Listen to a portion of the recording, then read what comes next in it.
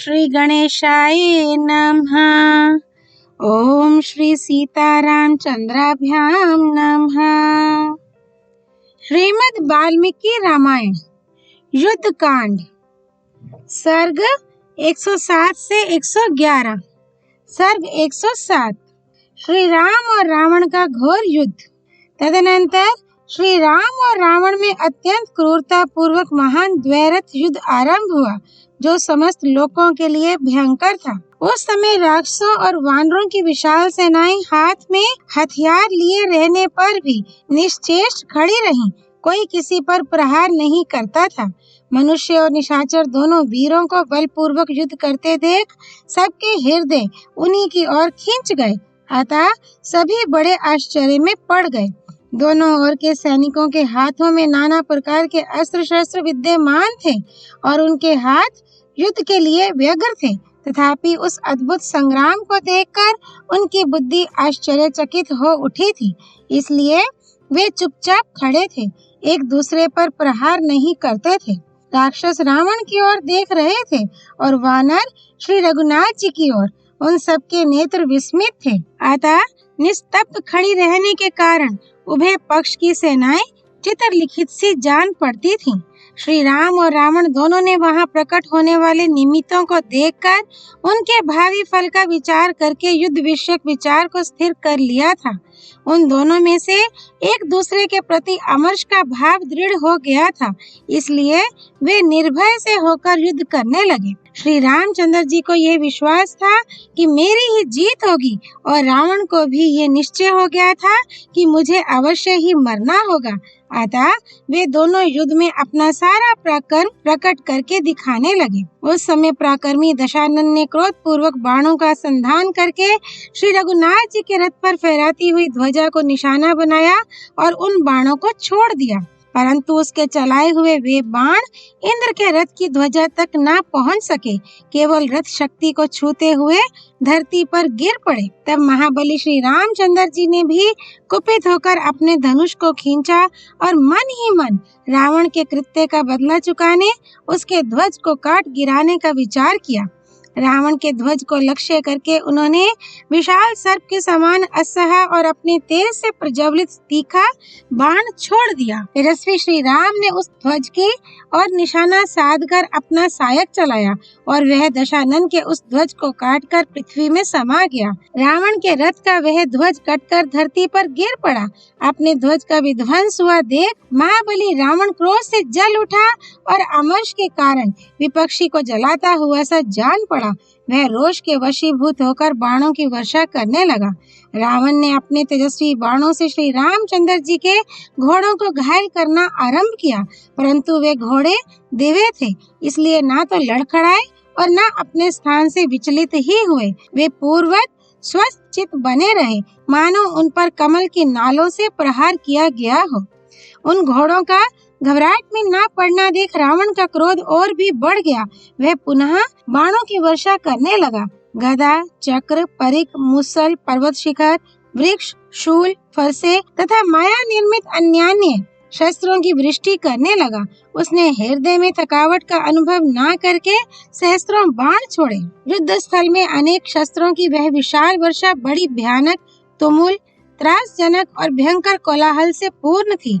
वह शस्त्र वर्षा श्री रामचंद्र जी के रथ को छोड़कर सब ओर से वानर सेना के ऊपर पड़ने लगी। दशमुख रावण ने प्राणों का मोह छोड़कर बाणों का प्रयोग किया और अपने सहायकों से वहां के आकाश को ठसाठस भर दिया। तदनंतर रणभूमि में रावण को बाण चलाने में अधिक परिश्रम करते देख श्री रामचंद्र जी ने हंसते हुए से तीखे बाणों का संधान किया और उन्हें सैकड़ों तथा हजारों की संख्या में छोड़ा। उन बाणों को देखकर रावण ने पुनः अपने बाण बरसाए और आकाश को इतना भर दिया कि उसमें तिल रखने की भी जगह नहीं रह गई।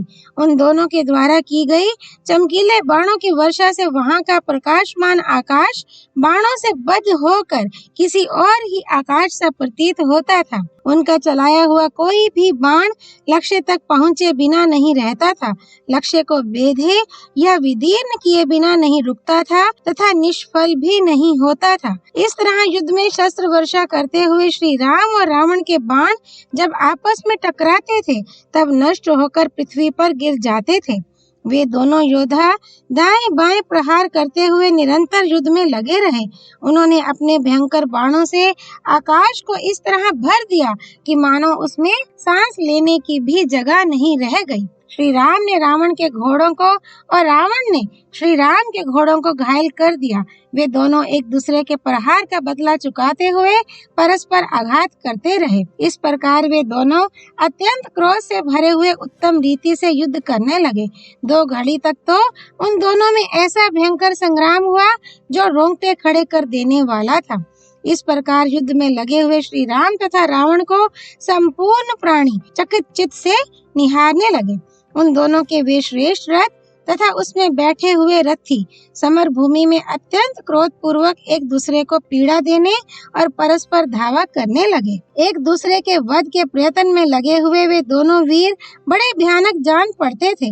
उन दोनों के सारथी कभी रथ को चक्कर काटते हुए ले जाते, कभी सीधे मार्ग से दौड़ाते और कभी आगे की ओर बढ़ाकर पीछे की ओर लौटाते थे। इस तरह वे दोनों अपने रथ को हाँकने में विविध प्रकार के ज्ञान का परिचय देने लगे। श्री राम रावण को पीड़ित करने लगे और रावण श्री राम को पीड़ा देने लगा। इस प्रकार युद्ध विषयक प्रवृत्ति और निवृत्ति में वे दोनों तदनुरूप गति वेग का आश्रय लेते थे। बाण समूहों की वर्षा करते हुए उन दोनों वीरों के वे श्रेष्ठ रथ जल की धारा गिराते हुए 2 जलधरों के समान युद्ध भूमि में विचर रहे थे। वे दोनों रथ युद्ध स्थल में भांति भांति की गति का प्रदर्शन करने के बाद फिर आमने सामने आकर खड़े हो गए। उस समय वहां खड़े हुए उन दोनों रथों के युगंधर हर्षों की संधि युगंधर से, घोड़ों के मुख विपक्षी घोड़ों के मुख से तथा पताकाएं पताकाओं से मिल गईं। तत्पश्चात श्री राम ने अपने धनुष से छूटे हुए 4 पैने बाणों द्वारा रावण के चारों तेजस्वी घोड़ों को पीछे हटने के लिए विवश कर दिया। घोड़ों के पीछे हटने पर दशमुख रावण क्रोध के वशीभूत हो गया और श्री राम पर तीखे बाणों की वर्षा करने लगा। बलवान दशानन के द्वारा अत्यंत घायल किए जाने पर भी श्री रघुनाथ जी के चेहरे पर शिकन तक न आई और न उनके मन में व्यथा ही हुई। तत्पश्चात रावण ने इंद्र के सारथी मातली को लक्ष्य करके वज्र के समान शब्द करने वाले बाण छोड़े। वे महान वेगशाली बाण युद्ध स्थल में मातली के शरीर पर पड़कर उन्हें थोड़ा सा भी मोह या व्यथा न दे सके। रावण द्वारा मातली के प्रति आक्रमण से श्री रामचंद्र जी को जैसा क्रोध हुआ वैसा अपने पर किए गए आक्रमण से नहीं हुआ था। अतः उन्होंने बाणों का जाल सा बिछाकर अपने शत्रु को युद्ध से विमुख कर दिया। वीर रघुनाथ जी ने शत्रु के रथ पर 20, 30, 60, 100 और हजार बाणों की वृष्टि की। तब रथ पर बैठा हुआ राक्षस राज रावण भी कुपित हो उठा और गदा तथा मूसलों की वर्षा से रणभूमि में श्री राम को पीड़ा देने लगा। इस प्रकार उन दोनों में पुनः बड़ा भयंकर और रोमांचकारी युद्ध होने लगा। गदाओं, मूसलों और परिघों की आवाज से तथा बाणों के पंखों की सनसनाती हुई हवा से 7 समुद्र विक्षुब्ध हो उठे।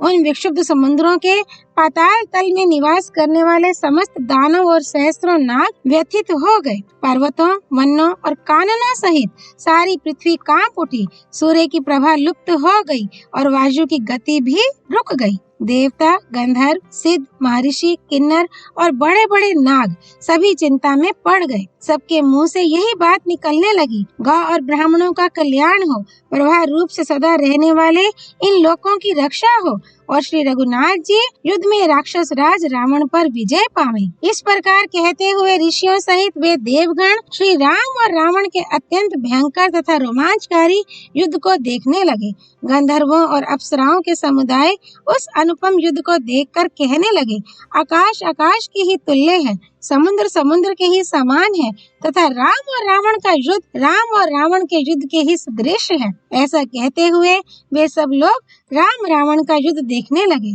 तदनंतर रघुकुल की कीर्ति बढ़ाने वाले महाबहु श्री रामचंद्र जी ने कुपित होकर अपने धनुष पर एक विषधर सर्प के समान बाण का संधान किया और उसके द्वारा जगमगाते हुए कुंडलों से युक्त रावण का एक सुंदर मस्तक काट डाला। उसका वह कटा हुआ सिर उस समय पृथ्वी पर गिर पड़ा, जिसे तीनों लोकों के प्राणियों ने देखा। उसकी जगह रावण के वैसा ही दूसरा नया सिर उत्पन्न हो गया।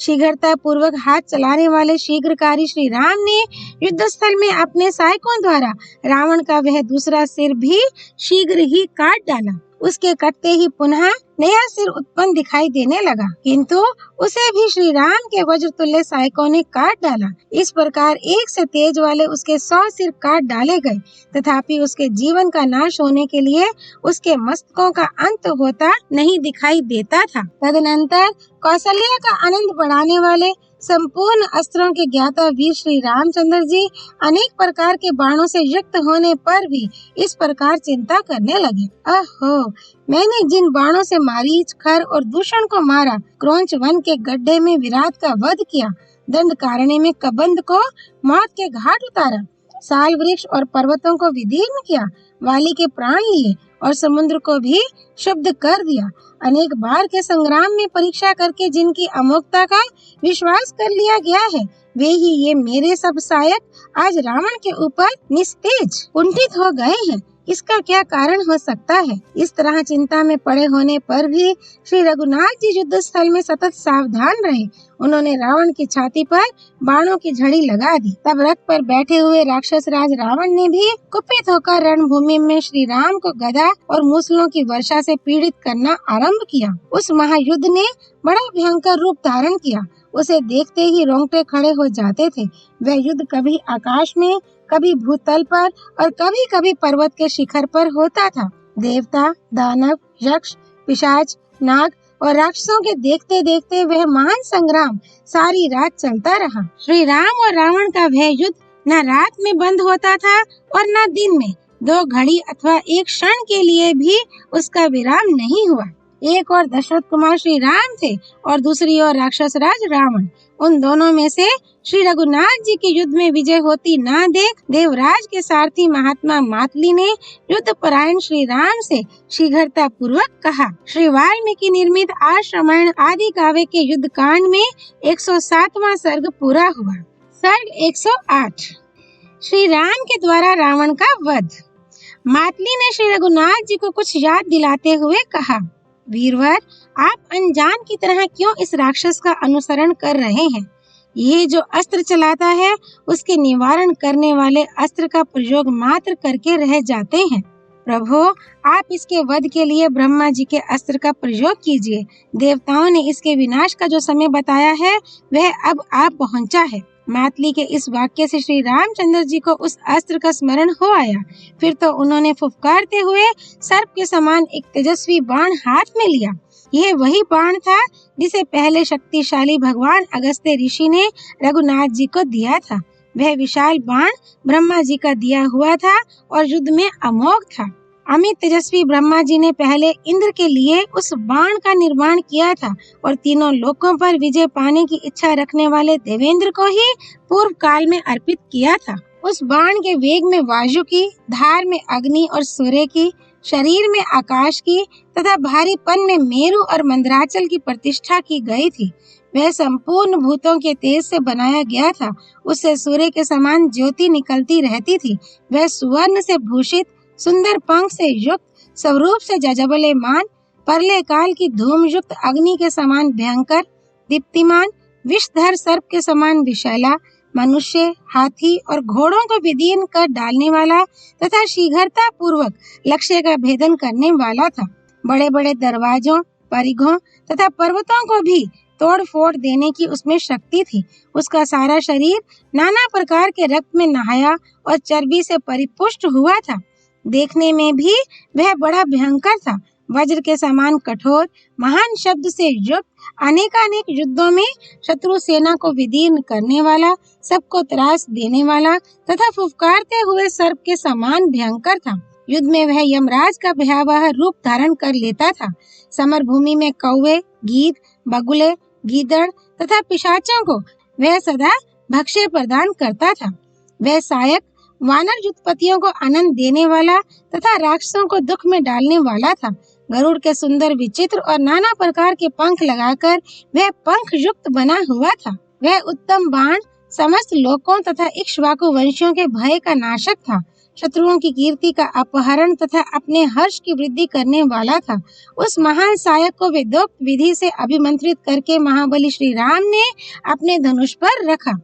श्री रघुनाथ जी जब उस उत्तम बाण का संधान करने लगे तब संपूर्ण प्राणी थर्रा उठे और धरती डोलने लगी। श्री राम ने अत्यंत कुपित हो बड़े यत्न के साथ धनुष को पूर्ण रूप से खींचकर उस मर्म भेदी बाण को रावण पर चला दिया। वज्रधारी इंद्र के हाथों से छूटे हुए वज्र के समान दुर्धर्ष और काल के समान अनिवार्य वह बाण रावण की छाती पर जा लगा। शरीर का अंत कर देने वाले उस महान वेगशाली श्रेष्ठ बाण ने छूटते ही दुरात्मा रावण के हृदय को विदीर्ण कर डाला। शरीर का अंत करके रावण के प्राण हर लेने वाला वह बाण उसके खून से रंग कर वेग पूर्वक धरती में समा गया। इस प्रकार रावण का वध करके खून से रंगा हुआ वह शोभाशाली बाण अपना काम पूरा करने के पश्चात पुनः विनीत सेवक की भांति श्री रामचंद्र जी के तरकस में लौट आया। श्री राम के बाणों की चोट खाकर रावण जीवन से हाथ धो बैठा। उसके प्राण निकलने के साथ ही हाथ से सहायक सहित धनुष भी छूटकर गिर पड़ा। वह भयानक वेगशाली महातेजस्वी राक्षस राज प्राणहीन हो वज्र के मारे हुए वृत्रासुर की भांति रथ से पृथ्वी पर गिर पड़ा। रावण को पृथ्वी पर पड़ा देख मरने से बचे हुए संपूर्ण निशाचर स्वामी के मारे जाने से भयभीत हो सब और भाग गए। दशमुख रावण का वध हुआ देख विजय से सुशोभित होने वाले वानर जो वृक्षों द्वारा युद्ध करने वाले थे गर्जना करते हुए उन राक्षसों पर टूट पड़े। उन हर्षोल्लासित वानरों द्वारा पीड़ित किए जाने पर वे राक्षस भय के मारे लंकापुरी की ओर भाग गए, क्योंकि उनका आश्रय नष्ट हो गया था। उनके मुख पर करुणायुक्त आंसुओं की धारा बह रही थी।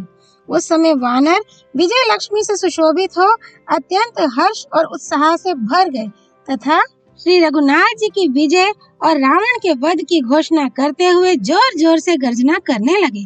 इसी समय आकाश में मधुर स्वर से देवताओं की दुंदुभियां बजने लगी। वायु दिव्य सुगंध बिखेरती हुई मंद मंद गति से प्रवाहित होने लगी। अंतरिक्ष से भूतल पर श्री रघुनाथ जी के रथ के ऊपर फूलों की वर्षा होने लगी जो दुर्लभ तथा मनोहर थी। आकाश में महामना देवताओं के मुख से निकली हुई श्री रामचंद्र जी की स्तुति से युक्त साधुवाद की श्रेष्ठ वाणी सुनाई देने लगी। संपूर्ण लोकों को भय देने वाले रौद्र राक्षस रावण के मारे जाने पर देवताओं और चारणों को महान हर्ष हुआ। श्री रघुनाथ जी ने राक्षस राज को मारकर सुग्रीव, अंगद तथा विभीषण को सफल मनोरथ किया और स्वयं भी उन्हें बड़ी प्रसन्नता हुई। तत्पश्चात देवताओं को बड़ी शांति मिली। संपूर्ण दिशाएं प्रसन्न हो गईं। उनमें प्रकाश छा गया। आकाश निर्मल हो गया। पृथ्वी का कांपना बंद हुआ। हवा स्वाभाविक गति से चलने लगी तथा सूर्य की प्रभा भी स्थिर हो गई। सुग्रीव, विभीषण, अंगद तथा लक्ष्मण अपने सुहृदों के साथ युद्ध में श्री रामचंद्र जी की विजय से बहुत प्रसन्न हुए। इसके बाद उन सब ने मिलकर नयनाभिराम श्री राम की विधिवत पूजा की। शत्रु को मारकर अपनी प्रतिज्ञा पूर्ण करने के पश्चात स्वजनों सहित सेना से घिरे हुए महातेजस्वी रघुकुल राजकुमार श्री राम रणभूमि में देवताओं से घिरे हुए इंद्र की भांति शोभा पाने लगे। श्री वाल्मीकि निर्मित आर्ष रामायण आदि काव्य के युद्ध कांड में 108वां सर्ग पूरा हुआ। सर्ग 109 विभीषण का विलाप और श्री राम का उन्हें समझाकर रावण के अंत्येष्टि संस्कार के लिए आदेश देना। पराजित हुए भाई को मारकर रणभूमि में पड़ा देख विभीषण का हृदय शोक के वेग से व्याकुल हो गया और वे विलाप करने लगे। हा विख्यात पराक्रमी वीर भाई दशानन, हा कार्य कुशल नीतिज्ञ, तुम तो सदा बहुमूल्य बिछौनों पर सोया करते थे, आज इस तरह मारे जाकर भूमि पर क्यों पड़े हो? हे वीर, तुम्हारी ये बाजूबंद से विभूषित दोनों विशाल भुजाएं निश्चेष्ट हो गई हैं। तुम इन्हें फैलाकर क्यों पड़े हुए हो? तुम्हारे माथे का मुकुट जो सूर्य के समान तेजस्वी है यहाँ फेंका पड़ा है। वीरवर, आज तुम्हारे ऊपर वही संकट आकर पड़ा है जिसके लिए मैंने तुम्हें पहले से ही आगाह कर दिया था, किंतु उस समय काम और मोह के वशीभूत होने के कारण तुम्हें मेरी बातें नहीं रुचि थी। अहंकार के कारण ना तो प्रहस्त ने, ना इंद्रजित ने, ना दूसरे लोगों ने, ना अतिरथी कुंभकर्ण ने, ना अतिकाय ने, ना नरांतक ने और ना स्वयं तुमने ही मेरी बातों को अधिक महत्व दिया था। उसी का फल यह सामने आया है। आज शस्त्रधारियों में श्रेष्ठ इस वीर रावण के धराशायी होने से सुंदर नीति पर चलने वाले लोगों की मर्यादा टूट गई। धर्म का मूर्तिमान विग्रह चला गया। सत्व बल के संग्रह का स्थान नष्ट हो गया। सुंदर हाथ चलाने वाले वीरों का सहारा चला गया। सूर्य पृथ्वी पर गिर पड़ा, चंद्रमा अंधेरे में डूब गया, प्रज्वलित आग बुझ गई और सारा उत्साह निरर्थक हो गया। रणभूमि की धूल में राक्षस शिरोमणि रावण के सो जाने से इस लोक का आधार और बल समाप्त हो गया। अब यहाँ क्या शेष रह गया? हाय, धैर्य ही जिसके पत्ते थे, हठ ही सुंदर फूल था, तपस्या ही बल और शौर्य ही मूल था। उस राक्षस राज रावण रूपी महान वृक्ष को आज रणभूमि में श्री राघवेंद्र रूपी प्रचंड वायु ने रोंद डाला। तेज ही जिसके दांत थे, वंश परंपरा ही पृष्ठ भाग थी, क्रोध ही नीच के पैर आदि अंग थे और प्रसाद ही शुंड दंड था। वह रावण रूपी गंध हस्ती आज इक्ष्वाकु वंशी श्री राम रूपी सिंह के द्वारा शरीर के विदीर्ण कर दिए जाने से सदा के लिए पृथ्वी पर सो गया है। पराक्रम और उत्साह जिसकी बढ़ती हुई ज्वालाओं के समान थे, निश्वास ही धूम था और अपना बल ही प्रताप था। उस राक्षस रावण रूपी प्रतापी अग्नि को इस समय युद्ध स्थल में श्री राम रूपी मेघ ने बुझा दिया। राक्षस सैनिक जिसकी पूंछ, ककुत और सींग थे, जो शत्रुओं पर विजय पाने वाला था तथा पराक्रम और उत्साह आदि प्रकट करने में जो वायु के समान था, चपलता रूपी आंख तथा कान से युक्त वह राक्षस राज रावण रूपी सांड महाराज श्री राम रूपी व्याघ्र द्वारा मारा जाकर नष्ट हो गया। जिससे अर्थ निश्चय प्रकट हो रहा था। ऐसी युक्ति संगत बात कहते हुए शोक मगन विभीषण से उस समय भगवान श्री राम ने कहा, विभीषण, ये रावण सम्रांगण में असमर्थ होकर नहीं मारा गया है, इसने प्रचंड पराक्रम प्रकट किया है। इसका उत्साह बहुत बड़ा हुआ था, इसे मृत्यु से कोई भय नहीं था। ये दैवात रणभूमि में धराशायी हुआ है। जो लोग अपने अभ्युदय की इच्छा से क्षत्रिय धर्म में स्थित हो सम्रांगण में मारे जाते हैं, इस तरह नष्ट होने वाले लोगों के विषय में शोक नहीं करना चाहिए।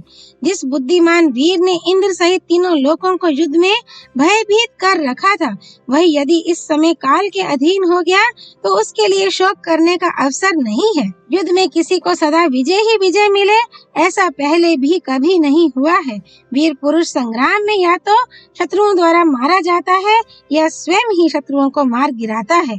आज रावण को जो गति प्राप्त हुई है, ये पूर्व काल के महापुरुषों द्वारा बताई गई उत्तम गति है। शास्त्र वृत्ति का आश्रय लेने वाले वीरों के लिए तो ये बड़े आदर की वस्तु है। क्षत्रिय वृत्ति से रहने वाला वीर पुरुष यदि युद्ध में मारा गया हो तो वह शोक के योग्य नहीं है। यही शास्त्र का सिद्धांत है। शास्त्र के इस निश्चय पर विचार करके सात्विक बुद्धि का आश्रय ले तुम निश्चिंत हो जाओ और अब आगे जो कुछ प्रेत संस्कार आदि कार्य करना हो उसके संबंध में विचार करो। परम पराक्रमी राजकुमार श्री राम के ऐसा कहने पर शोक संतप्त हुए विभीषण ने उनसे अपने भाई के लिए हितकर बात कही। भगवान, पूर्व काल में युद्ध के अवसरों पर समस्त देवताओं तथा इंद्र ने भी जिसे कभी पीछे नहीं हटाया था, वही रावण आज रणभूमि में आपसे टक्कर लेकर उसी तरह शांत हो गया जैसे समुद्र अपनी तट भूमि तक जाकर शांत हो जाता है। इसने याचकों को दान दिए, भोग भोगे और भृत्यों का भरण पोषण किया है, मित्रों को धन अर्पित किए और शत्रुओं से वैर का बदला लिया। ये रावण अग्निहोत्री, महातपस्वी, वेदांत वेता तथा यज्ञ यागादि कर्मों में श्रेष्ठ शूर परम कर्मठ रहा है। अब यह प्रेत भाव को प्राप्त हुआ है, अतः अब मैं ही आपकी कृपा से इसका प्रेत कृत्य करना चाहता हूँ। विभीषण के करुणाजनक वचनों द्वारा अच्छी तरह समझाए जाने पर उदार चेता राजकुमार महात्मा श्री राम ने उन्हें रावण के लिए स्वर्ग आदि उत्तम लोकों की प्राप्ति कराने वाला अंत्येष्टि कर्म करने की आज्ञा दी। वे बोले, विभीषण, वैर जीवन काल तक ही रहता है, मरने के बाद उस वैर का अंत हो जाता है। अब हमारा प्रयोजन सिद्ध हो चुका है, अतः अब तुम इसका संस्कार करो। इस समय ये जैसे तुम्हारे स्नेह का पात्र है, उसी तरह मेरा भी स्नेह भाजन है। श्री वाल्मीकि निर्मित आर्ष रामायण आदि काव्य के युद्ध कांड में 109वां सर्ग पूरा हुआ। सर्ग 110। रावण की स्त्रियों का विलाप। महात्मा श्री रघुनाथ जी के द्वारा रावण के मारे जाने का समाचार सुनकर शोक से व्याकुल हुई राक्षसियां अंतःपुर से निकल पड़ी। लोगों के बारंबार मना करने पर भी वे धरती की धूल में लौटने लगती थीं। उनके केश खुले हुए थे और जिनके बछड़े मर गए हों उन गौओं के समान वे शोक से आतुर हो रही थीं। राक्षसों के साथ लंका के उत्तर दरवाजे से निकलकर भयंकर युद्ध भूमि में प्रवेश करके वे अपने मरे हुए पति को खोजने लगी। हा अरे पुत्र, हा नाथ की पुकार मचाती हुई वे सब की सब उस रणभूमि में जहाँ बिना मस्तक के लाशें बिछी हुई थीं और रक्त की कीच जम गई थी, सब और गिरती पड़ती भटकने लगी। उनके नेत्रों से आंसुओं की धारा बह रही थी। वे पति के शोक से बेसुध हो युद्ध पति के मारे जाने पर हथिनियों की तरह करुण क्रंदन कर रही थी। उन्होंने महाकाय, महापराक्रमी और महातेजस्वी रावण को देखा जो काले कोयले के ढेर सा पृथ्वी पर मरा पड़ा था। रणभूमि की धूल में पड़े हुए अपने मृतक पति पर सहसा दृष्टि पड़ते ही वे कटी हुई वन की लताओं के समान उसके अंगों पर गिर पड़ी। उनमें से कोई तो बड़े आदर के साथ उसका आलिंगन करके, कोई पैर पकड़कर और कोई गले से लगकर रोने लगी। कोई स्त्री अपनी दोनों भुजाएं ऊपर उठा पछाड़ खाकर गिरी और धरती पर लौटने लगी तथा कोई मरे हुए स्वामी का मुख देखकर मूर्छित हो गई। कोई पति का मस्तक गोद में लेकर उसका मुंह निहारती और ओस कणों से कमल की भांति अश्रु बिंदुओं से पति के मुखार विंद को नहलाती हुई रोदन करने लगी। इस प्रकार अपने पति देवता रावण को धरती पर मरकर गिरा देख वे सब की सब आर्त भाव से उसे पुकारने लगी और शोक के कारण नाना प्रकार से विलाप करने लगी। वे बोली, हाय, जिन्होंने यमराज और इंद्र को भी भयभीत कर रखा था, राजा अधिराज कुबेर का पुष्पक विमान छीन लिया था तथा गंधर्वों, ऋषियों और महामनस्वी देवताओं को भी रणभूमि में भय प्रदान किया था, वे ही हमारे प्राणनाथ आज इस समरांगण में मारे जाकर सदा के लिए सो गए हैं। हाय, जो असुरों, देवताओं तथा नागों से भी भयभीत होना नहीं जानते थे, उन्हीं को आज मनुष्य से ये भय प्राप्त हो गया। जिन्हें देवता, दानव और राक्षस भी नहीं मार सकते थे, वे ही आज एक पैदल मनुष्य के हाथ से मारे जाकर रणभूमि में सो रहे हैं। जो देवताओं, असुरों तथा यक्षों के लिए भी अवध्य थे, वे ही किसी निर्बल प्राणी के समान एक मनुष्य के हाथ से मृत्यु को प्राप्त हुए। इस तरह की बातें कहती हुई रावण की वे दुखिनी स्त्रियां वहां फूट फूट कर रोने लगी तथा दुख से आतुर होकर पुनः बारंबार विलाप करने लगी। वे बोली, प्राणनाथ, आपने सदा हित की बात बताने वाले सुहृदों की बातें अनसुनी कर दी और अपनी मृत्यु के लिए सीता का अपहरण किया। इसका फल यह हुआ कि ये राक्षस मार गिराए गए तथा आपने इस समय अपने को रणभूमि में और हम लोगों को महान दुख के समुद्र में गिरा दिया। आपके प्रिय भाई विभीषण आपको हित की बात बता रहे थे, तो भी आपने अपने वध के लिए उन्हें मोहवश कटु वचन सुनाए। उसी का ये फल प्रत्यक्ष दिखाई दिया है। यदि आपने मिथिलेश कुमारी सीता को श्री राम के पास लौटा दिया होता तो जड़ मूल सहित हमारा विनाश करने वाला ये महाघोर संकट हम पर न आता। सीता को लौटा देने पर आपके भाई विभीषण का भी मनोरथ सफल हो जाता। श्री राम हमारे मित्र पक्ष में आ जाते, हम सबको विधवा नहीं होना पड़ता और हमारे शत्रुओं की कामनाएं पूरी नहीं होती। परंतु आप ऐसे निष्ठुर निकले कि सीता को बलपूर्वक कैद कर लिया तथा राक्षसों को, हम स्त्रियों को और अपने आप को, तीनों को भी एक साथ नीचे गिरा दिया, विपत्ति में डाल दिया। राक्षस शिरोमणि, आपका स्वेच्छाचार ही हमारे विनाश में कारण हुआ हो, ऐसी बात नहीं है। दैव ही सब कुछ कराता है। दैव का मारा हुआ ही मारा जाता या मरता है। महाबाहो, इस युद्ध में वानरों का, राक्षसों का और आपका भी विनाश दैव योग से ही हुआ है। संसार में फल देने के लिए उन्मुख हुए दैव के विधान को कोई धन से, कामना से, पराक्रम से, आज्ञा से अथवा शक्ति से भी नहीं पलट सकता। इस प्रकार राक्षस राज की सभी स्त्रियां दुख से पीड़ित हो आंखों में आंसू भरकर दीन भाव से कुरुरी की भांति विलाप करने लगी। श्री वाल्मीकि निर्मित आर्ष रामायण आदि काव्य के युद्ध कांड में 110वां सर्ग पूरा हुआ। सर्ग 111 मंदोदरी का विलाप तथा रावण के शव का दाह संस्कार। उस समय विलाप करती हुई उन राक्षसियों में जो रावण की ज्येष्ठ एवं प्यारी पत्नी मंदोदरी थी, उसने अचिंत्य कर्मा भगवान श्री राम के द्वारा मारे गए अपने पति दशमुख रावण को देखा। पति को उस अवस्था में देखकर वह वहां अत्यंत दीन एवं दुखी हो गई और इस प्रकार विलाप करने लगी। महाराज कुबेर के छोटे भाई महाबाहु राक्षस राज, जब आप क्रोध करते थे उस समय इंद्र भी आपके सामने खड़े होने में भय खाते थे। बड़े बड़े ऋषि, यशस्वी गंधर्व और चारण भी आपके डर से चारों दिशाओं में भाग गए थे। वही आप आज युद्ध में एक मानव मात्र राम से परास्त हो गए। राजन, क्या आपको इससे लज्जा नहीं आती है? राक्षसेश्वर, बोलिए तो सही, ये क्या बात है? आपने तीनों लोकों को जीतकर अपने को संपत्तिशाली और पराक्रमी बनाया था। आपके वेग को सह लेना किसी के लिए संभव नहीं था। फिर आप जैसे वीर को एक वनवासी मनुष्य ने कैसे मार डाला? आप ऐसे देश में विचरते थे जहां मनुष्यों की पहुंच नहीं हो सकती थी। आप इच्छानुसार रूप धारण करने में समर्थ थे, तो भी युद्ध में राम के हाथ से आपका विनाश हुआ। ये संभव अथवा विश्वास के योग्य नहीं जान पड़ता। युद्ध के मुहाने पर सब ओर से विजय पाने वाले आपकी श्री राम के द्वारा जो पराजय हुई, ये श्री राम का काम है, ऐसा मुझे विश्वास नहीं होता, जबकि आप उन्हें नीरा मनुष्य समझते रहे, अथवा साक्षात काल ही अतर्कित माया रचकर आपके विनाश के लिए श्री राम के रूप में यहाँ आप पहुँचा था। महाबली वीर, अथवा यह भी संभव है कि साक्षात इंद्र ने आप पर आक्रमण किया हो, परंतु इंद्र की क्या शक्ति है जो युद्ध में वे आपकी ओर आंख उठाकर देख भी सकें, क्योंकि आप महाबली, महापराक्रमी और महातेजस्वी देव शत्रु थे। निश्चय ही ये श्री रामचंद्र जी महान योगी एवं सनातन परमात्मा हैं। इनका आदि, मध्य और अंत नहीं है।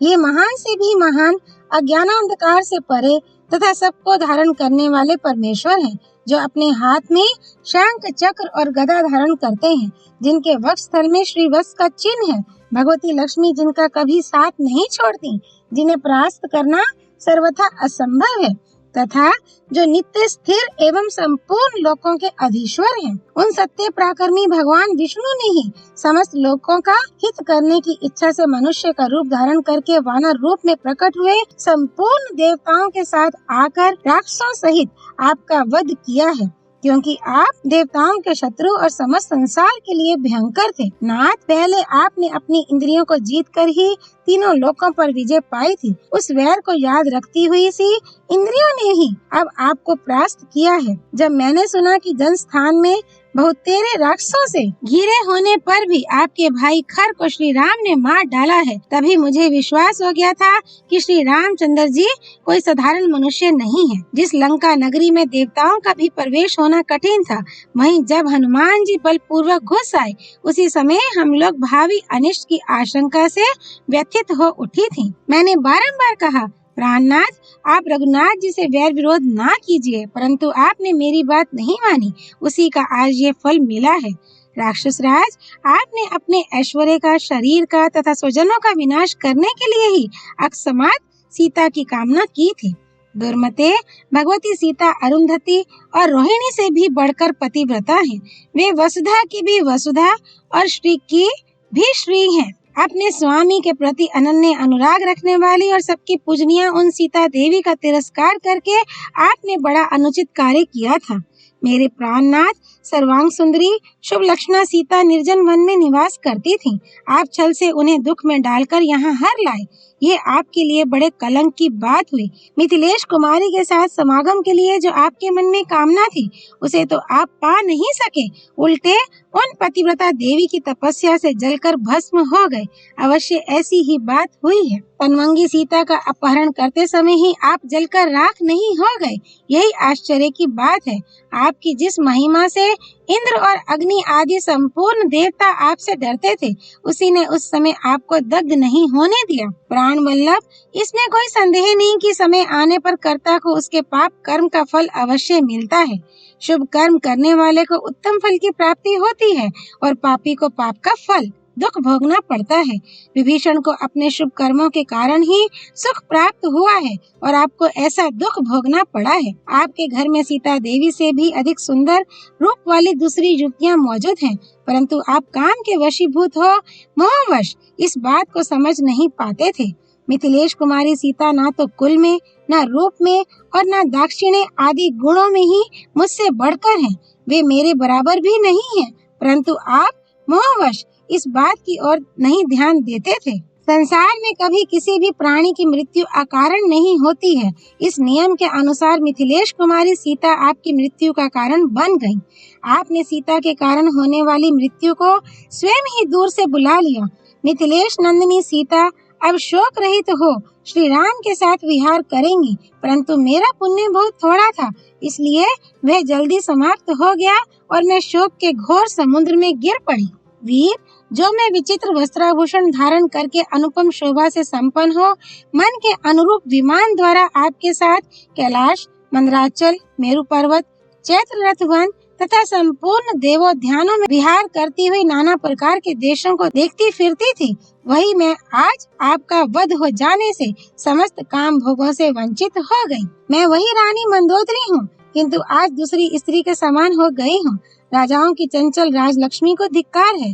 हाँ राजन, आपका जो सुकुमार मुखमंडल सुंदर भौहों, मनोहर त्वचा और ऊंची नासिका से युक्त था, कांति, शोभा और तेज के द्वारा जो कर्मशः चंद्रमा, सूर्य और कमल को लज्जित करता था, किरीटों के समूह जिसे जगमग बनाए रहते थे, जिसके अधर तांबे के समान लाल थे, जिसमें दीप्तिमान कुंडल दमकते रहते थे, पान भूमि में जिसके नेत्र नशे से व्याकुल और चंचल देखे जाते थे, जो नाना प्रकार के गजरे धारण करता था, मनोहर और सुंदर था तथा मुस्कुराकर मीठी मीठी बातें किया करता था, वही आपका मुखारविंद आज शोभा नहीं पा रहा है।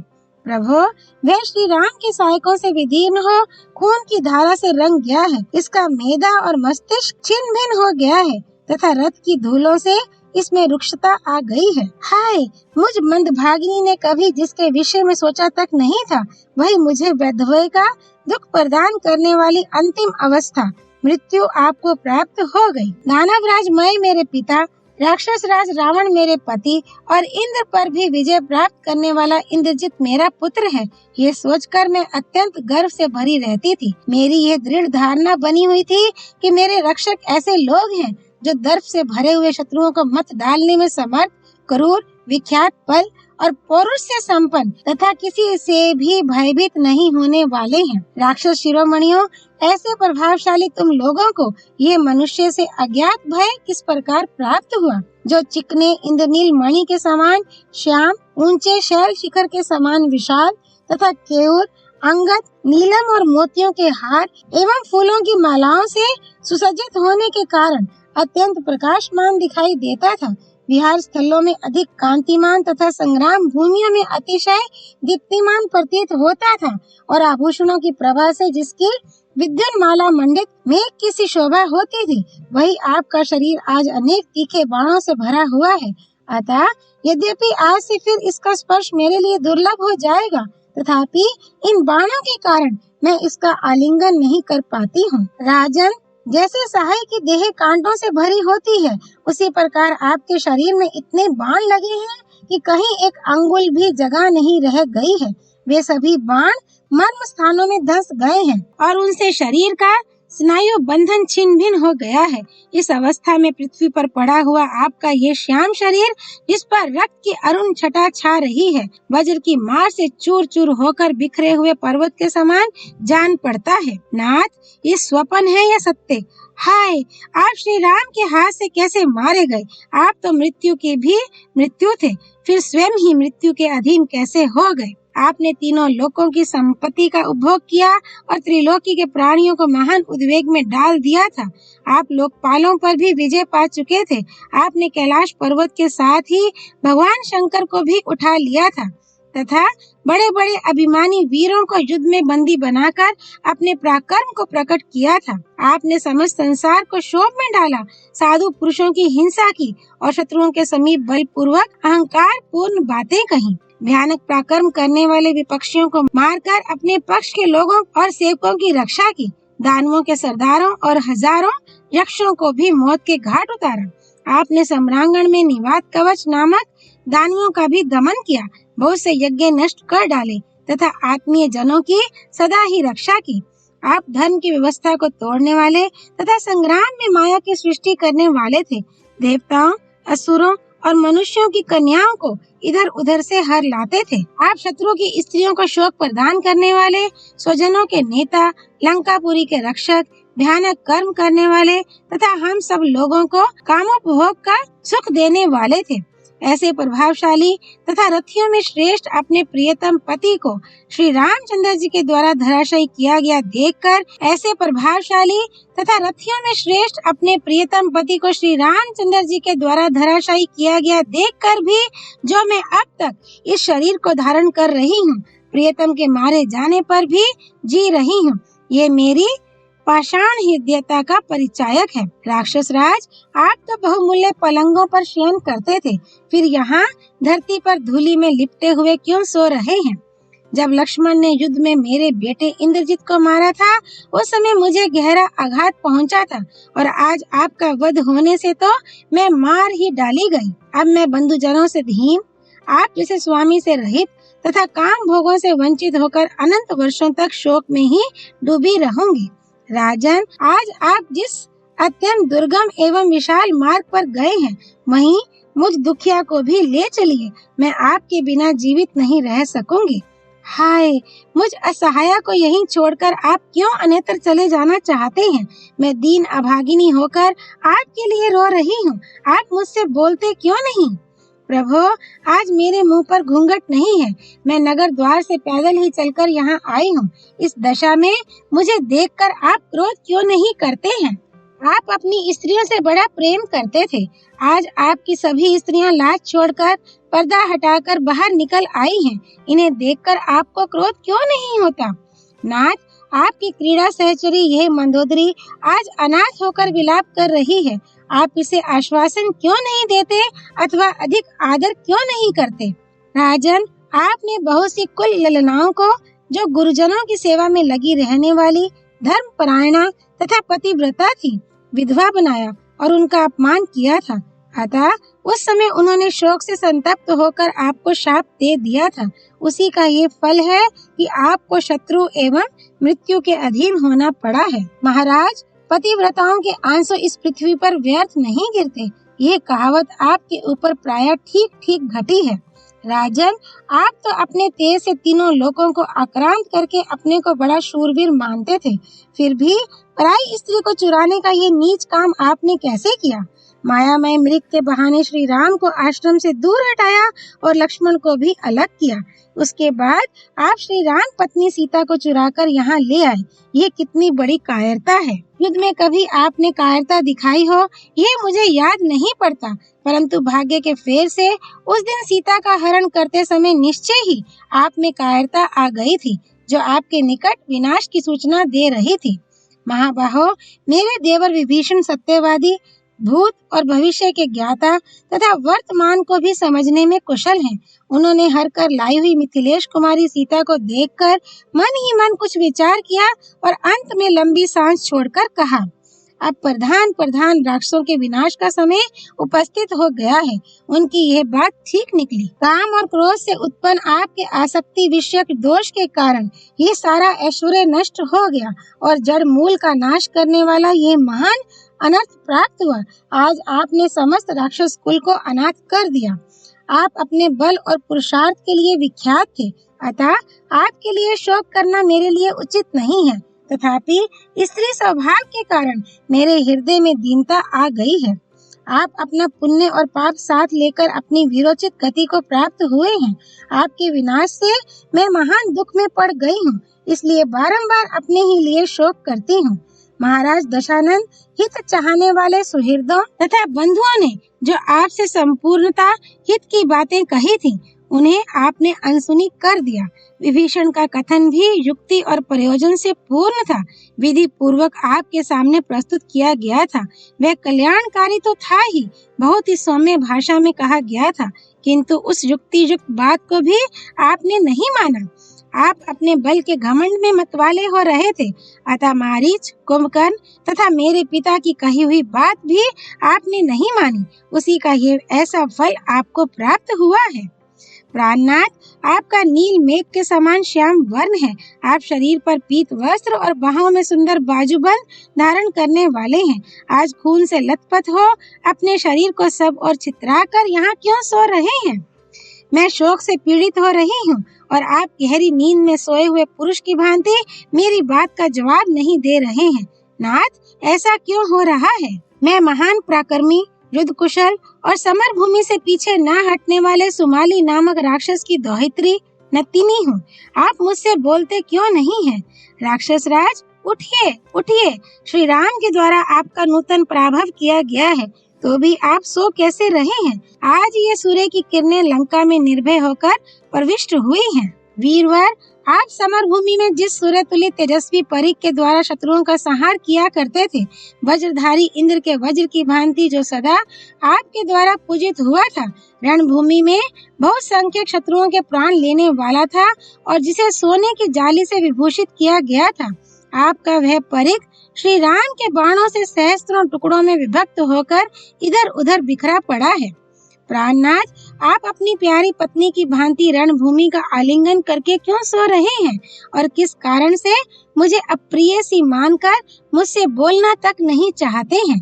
आपकी मृत्यु हो जाने पर भी मेरे शोक पीड़ित हृदय के हजारों टुकड़े नहीं हो जाते। अतः मुझ पाषाण हृदय नारी को धिक्कार है। इस प्रकार विलाप करती हुई मंदोदरी के नेत्रों में आंसू भरे हुए थे। उसका हृदय स्नेह से द्रवीभूत हो रहा था।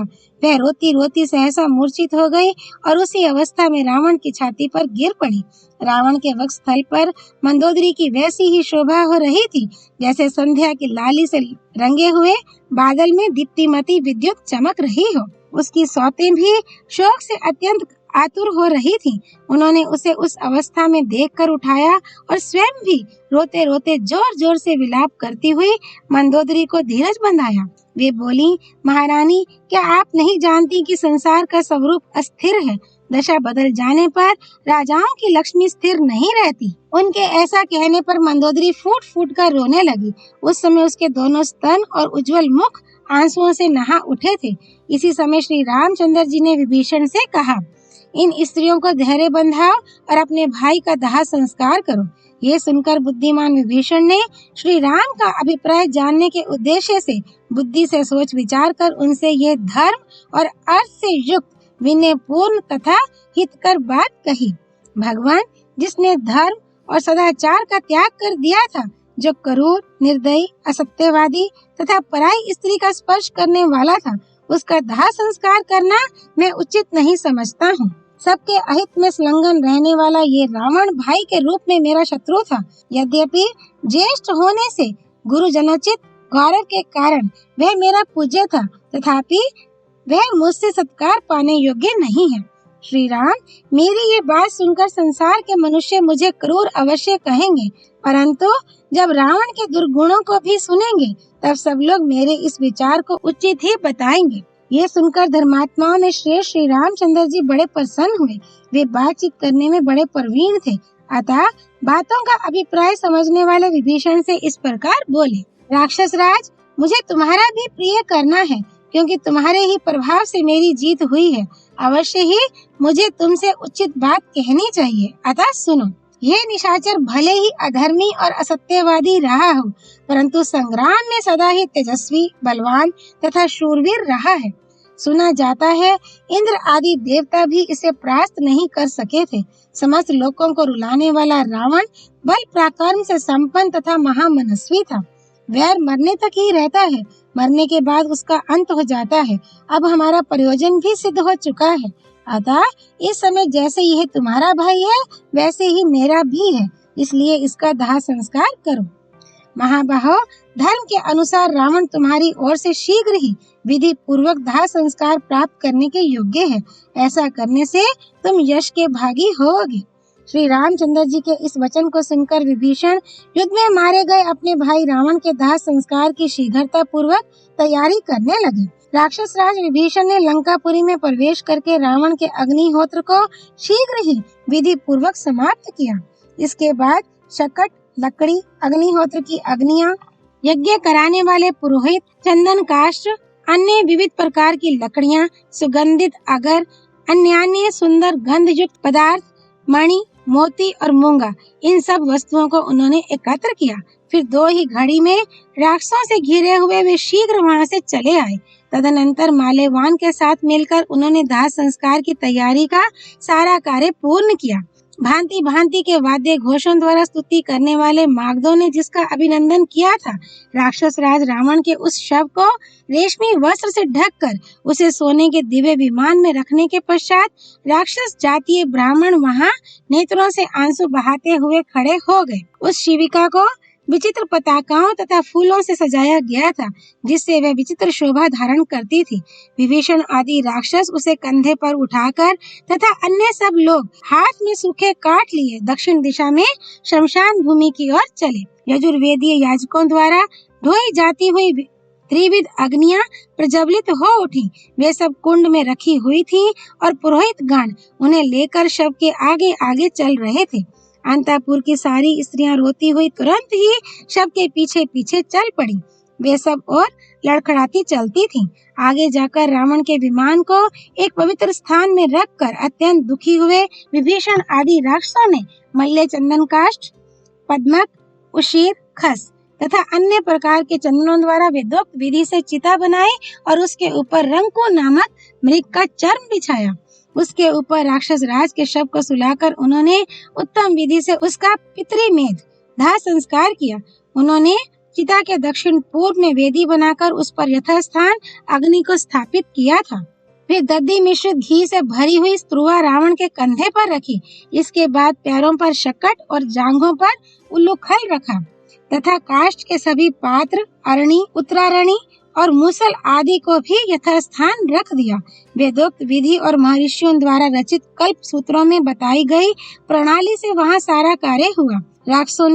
राक्षसों की रीति के अनुसार मेधे पशु का हनन करके राजा रावण की चिता पर फैलाए हुए मृग चर्म को घी से तर कर दिया। फिर रावण के शव को चंदन और फूलों से अलंकृत करके वे राक्षस मन ही मन दुख का अनुभव करने लगे। फिर विभीषण के साथ अन्यान्य राक्षसों ने भी चिता पर नाना प्रकार के वस्त्र और लावा बिखेरे।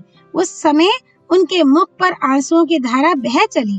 तदनंतर विभीषण ने चिता में विधि के अनुसार आग लगाई। उसके बाद स्नान करके भीगे वस्त्र पहने हुए ही उन्होंने तिल, कुश और जल के द्वारा विधिवत रावण को जलांजलि दी। तत्पश्चात रावण की स्त्रियों को बारंबार सांत्वना देकर उनसे घर चलने के लिए अनुनय विनय की। महल में चलो, ये विभीषण का आदेश सुनकर वे सारी स्त्रियां नगर में चली गईं। स्त्रियों के पुरी में प्रवेश कर जाने पर राक्षस राज विभीषण श्री रामचंद्र जी के पास आकर विनीत भाव से खड़े हो गए। श्री राम भी लक्ष्मण, सुग्रीव तथा समस्त सेना के साथ शत्रु का वध करके बहुत प्रसन्न थे। ठीक उसी तरह जैसे वज्रधारी इंद्र वृत्रासुर को मारकर प्रसन्नता का अनुभव करने लगे थे। तदनंतर इंद्र के दिए हुए धनुष, बाण और विशाल कवच को त्याग कर तथा शत्रु का दमन कर देने के कारण रोष को भी छोड़कर शत्रुसूदन श्री राम ने शांत भाव धारण कर लिया। श्री वाल्मीकि निर्मित आज रामायण आदि काव्य के युद्ध कांड में 111वां सर्ग पूरा हुआ। सियापति रामचंद्र की जय। राम भक्त श्री हनुमान जी की जय। राम जन्मभूमि अयोध्यापुरी धाम की जय। सरयू नदी की जय। माँ गौरीपति देवों के देव महादेव भगवान शिव शंकर की जय। श्रीमद् वाल्मीकि रामायण की जय। महर्षि वाल्मीकि मुनि की जय। श्री हरि अर्पणमस्तु।